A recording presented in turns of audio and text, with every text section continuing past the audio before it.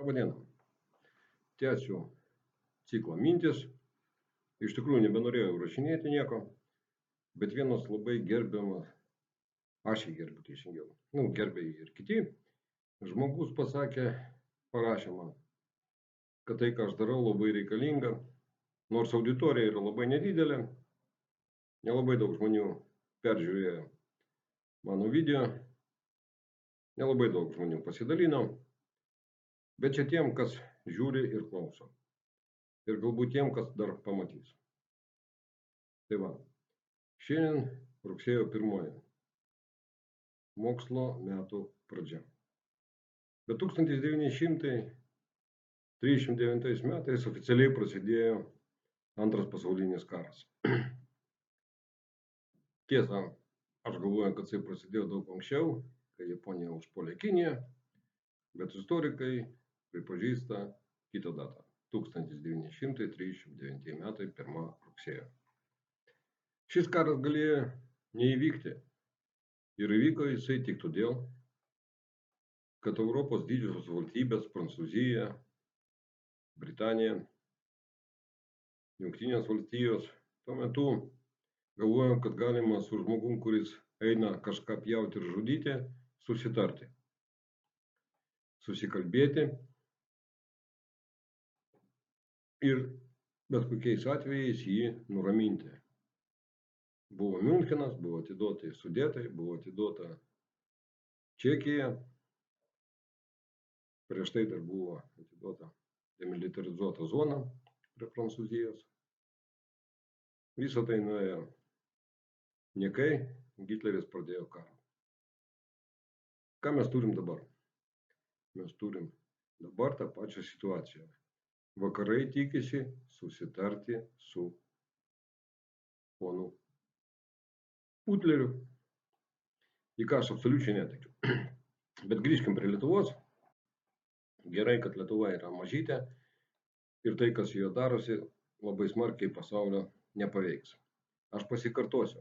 Vakar įraše buvo padaryta klaida. Aš kalbėjau apie poną buvusį Seimo narį Žemaitaitį, kuriam turėjo būti pradėtas apkaltos procesas, bet jisai spėjo pasinaudodamas mūsų įstatymo spragom pasišalinti iš Seimo ir dabar vėl sėkmingai jį kandidatuoja. Ir pagal viską jisai jį papuls. Nors aš jam visiškai to, ne jam, o Lietuvai to nelinkiu. Tas pats ponas Tutkus ir tas pats ponas Pilietis, Vaitiekūnas, kurie yra, nepasakyčiau, kad jie yra valstybės priešai, nes tai yra, arba liaudės priešai, tai yra Tarybų sąjungos leksikonas, aš tokio nenaudoju ir nenoriu jo naudoti. Tiesiog jie žmonės, kurie veikia prieš Lietuvos Respublikos interesus, prieš tautos interesus, prieš mūsų žemės interesus. Šiandien norėčiau pakalbėti apie klaidas, kurias padarė Ukraina karo pradžioje. Kalbėsiu ne apie 14-22, o apie prieš 21-22 metų. Kas atsitiko 21 metais? Jau buvo aišku, kad Rusijos federacija tiekia kariuomenę prie Ukrainos sienų. Labai daug kas kaltino prezidentą Zelenskį, kad jisai nepaskelbė karinės padėties, kad jisai nepakėlė kariuomenės, kad jisai nemobilizavo žmonių tuo metu, neužėmė apsauginių padėčių. Tai aš atsakysiu visiems šitiem ekspertam, kad tai yra padaryti neįmanoma, nes puolanti šalis žino, kada jinai užpuls ir kokiom pajėgom ir kurioje vietoje. O tas, kas ginasi, neturi žalio supratimo, net jeigu turi žvalgybos duomenys, jis nežino tikslios datos. Nes tiksli data nežinoma niekam apart vyriausio vado, kuris duoda įsakymą. Ir įsivaizduokit, jeigu būtų Zelenskis paskelbęs karo padėtį ir būtų praėjęs 1 mėnesis, 2, nieko nevyktų, kariuomenei reikia mokėti pinigus, tiem, kurie pašaukti nauji daliniai jau aišku, kur yra ir jos sutriuškinti būtų dar lengviau. Todėl šitą klaidą, kurią pas mus vadina ekspertai klaida, aš ją atmetu. Visiškai tai nebuvo klaida, tai buvo teisingas poelgis. Kokią klaidą padarė Ukraina?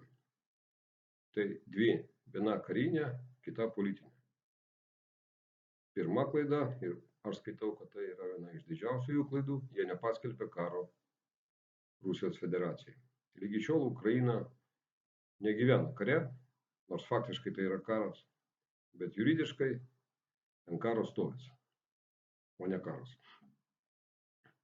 Ten funkcionuoja taikos meto įstatymas, kas labai kenkia Ukrainai. Kaip nebūtų graudų, demokratija karo metu veikia blogai.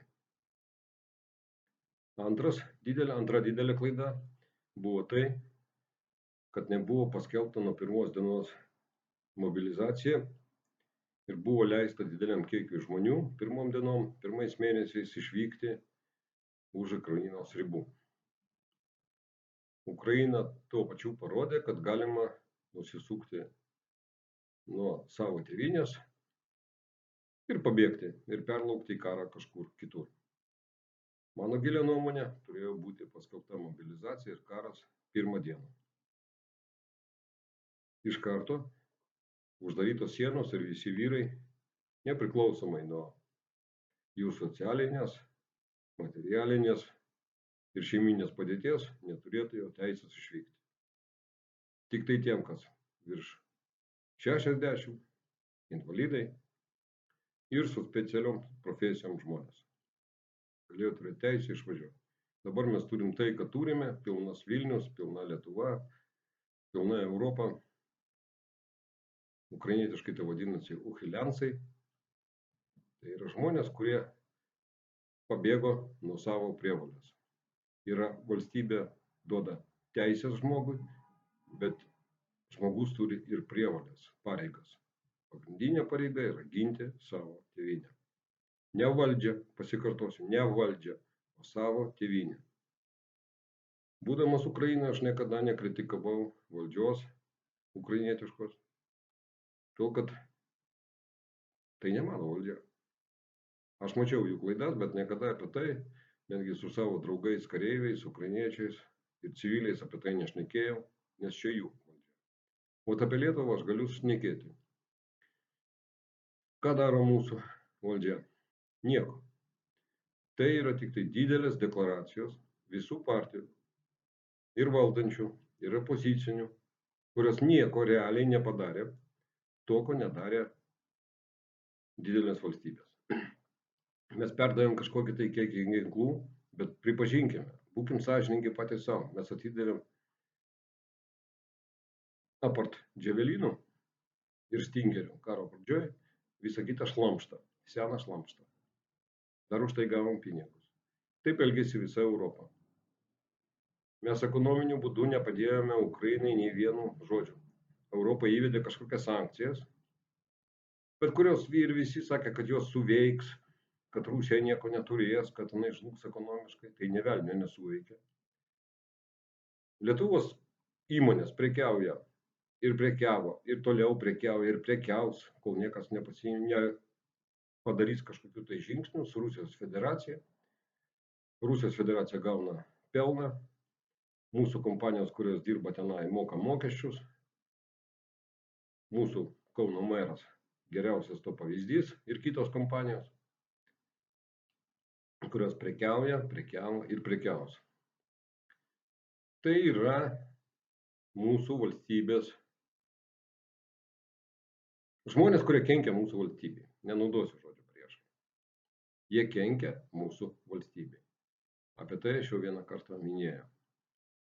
Kodėl aš drąsiai taip sakau, kad taip yra? Aš iki karo pradžios turėjau įmonę, kuri prekiavo su Rusijos federacija. 23 vasario sužinojęs, kad karas prasidės už poros valandų.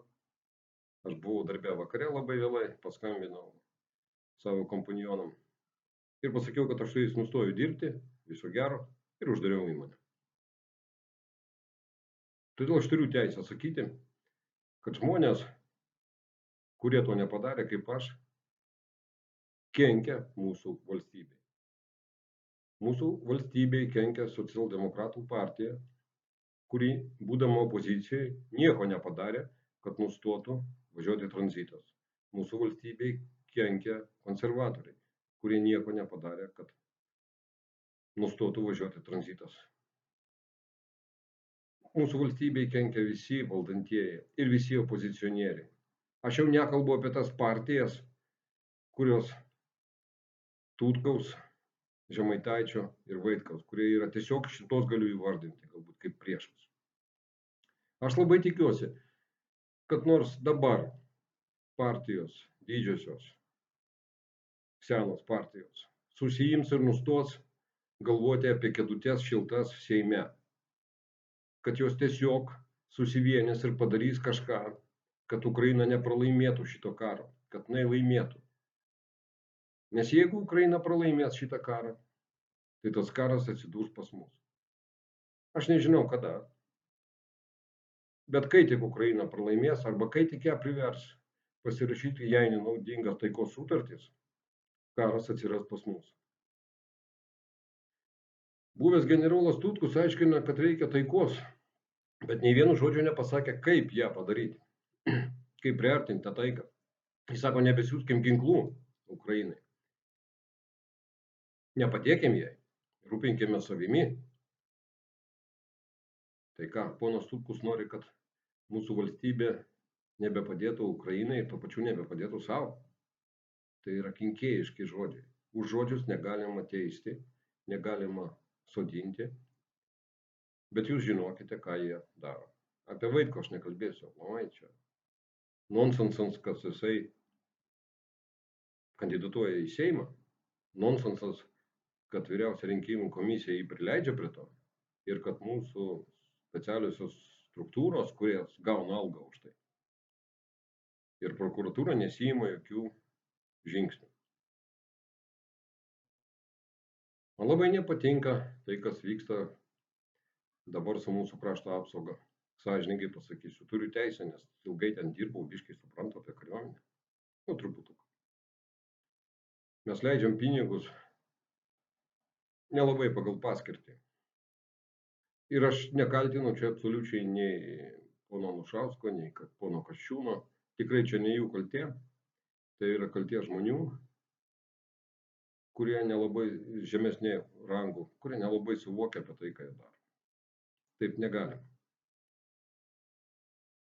Apie ką dar noriu pabrėžti. Jeigu į mūsų Seimą papuls žemiau minėti mano piliečiai Žemaitaitis, Tutkus ir Vaitkus su savo kompanijom, mes turėsime dar blogesnę situaciją, kuri buvo Ukrainai, kai Ukraina turėjo Medvičiuką ir kitus išdavikus, kurie tiesiog išdavė Ukrainą, parodė rusam, kur eiti, kaip eiti.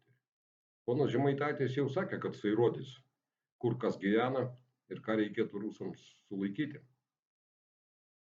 Aš galvoju, kad jo žodžiai buvo ne juokas, o tikrai pasakyta tai, ką jisai galvoja. Aš žinau, kas yra kraujas, aš žinau, kas yra karas. Šiandien aš nepasakosiu apie save, bet greituoju laiku aš papasakosiu savo trumpą autobiografiją, kad kažkas nesakytų, kad aš mažai išprūsęs arba kažko nesuprantu apie karą ir apie politiką. Aš kai ką suprantu, nedaug, bet kai ką suprantu. Čia buvo labai trumpas, piktas, neparuoštas video. To, kad visai netyčia aš prisiminiau, kad šiandien yra rugsėjo 1 ir 85 metus atgal prasidėjo pirmas pasaulinis karas. Aš labai jūsų prašau, antrą kartą jau, dėkite patiktukus, rašykit bet kokius komentarus. Ir svarbiausia, dalinkitės su savo draugais šitą informaciją. Aišku, jeigu jūs sutinkat, jeigu ne, tai nereikia. Nes ponai Tutkus, Vaitkus ir Žemaitaitis agituoja savo potencialius rinkėjus, agituoja labai greitai, labai stipriai. Išlyskite iš burbulo, kuriame jūs gyvenate. Pamatykite, kad aplinkui yra žmonių, kurie yra visiškai kitaip mąstantis ir nusiteikę prieš Lietuvą. Šiai dienai viskas. Labai ačiū už, kad klausėte. Dalinkitės, dėkit patiktukus ir rašykit komentarus. Labai nemėgstu šitų žodžių, bet YouTube'as kitaip nedirba. Viso gero.